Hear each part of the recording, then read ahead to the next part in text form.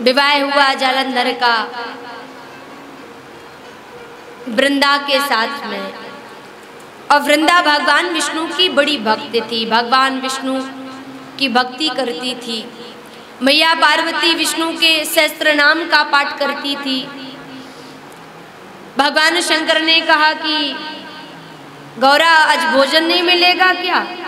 अरे अभी तो मैं अपने आराध्य की पूजा कर रही हूँ, 1000 नाम बोलने में समय लगता है, थोड़ा रुकना पड़ेगा। भगवान शंकर ने कहा विष्णु के जो 1000 नाम हैं वो हमारे स्वामी राम का एक नाम बोलने पर आपको विष्णु के 1000 नाम बोलने का फल मिल जाता है। इसलिए एक बार नाम बोला करिए, आपकी विष्णु की पूजा हो जाएगी। राम रामेति रामेति रमे रामे मनोरमे सहस्त्र नाम तत्तुल्यम राम नाम वरानने। हो गए विष्णु के 1000 नाम, मिल गया आपको सहस्त्र नाम करने का फल। तो मैया वृंदा भगवान विष्णु की आराधना करती और विष्णु की आराधना पर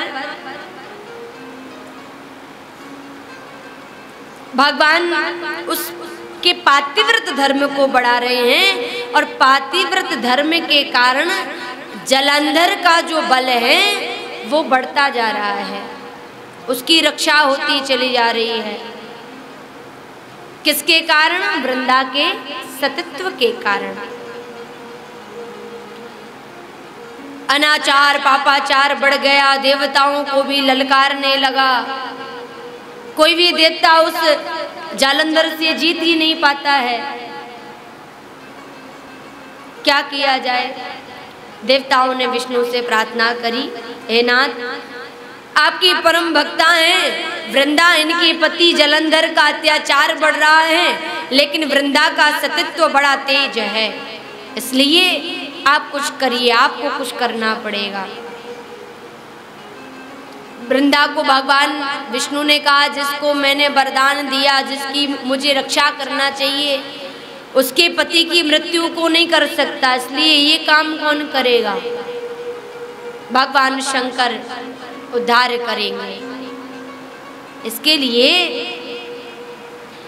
विष्णु ने एक छल वेश धारण किया, छद्म वेश धारण। जालंधर का स्वरूप धारण कर विष्णु पहुंचे और वृंदा के सतित्व को भंग कर दिया। वृंदा को लगा कि जालंधर होगा, लेकिन जिस समय विष्णु को देखा, वृंदा के पास गए, वृंदा ने विष्णु को शाप दे दिया, तुम्हारी आत्मा इतनी कठोर हो गई पत्थर के जैसे, मेरे साथ में छल किया इसलिए तुम पत्थर के हो जाओ। विष्णु को उस पतिव्रता वृंदा का श्राप लगा था। जालंधर की शक्ति क्षीण हुई वृंदा का सतित्व भंग करने पर, और शिव ने यहाँ जालंधर से युद्ध किया। जालंधर से युद्ध करने पर भगवान शंकर ने उसका वध भी कर दिया। मृत्यु को प्राप्त हो गया मेरा पति, देवताओं ने मेरे साथ छल किया। बड़ी दुखी हुई वृंदा। वृंदा की राख से तुलसी का पौधा निकला, वृंदा की राख से तुलसी का पौधा निकला, और भगवान विष्णु ने उस वृंदा को तुलसी का नाम प्रदान किया। विष्णु ने कहा वृंदा आज से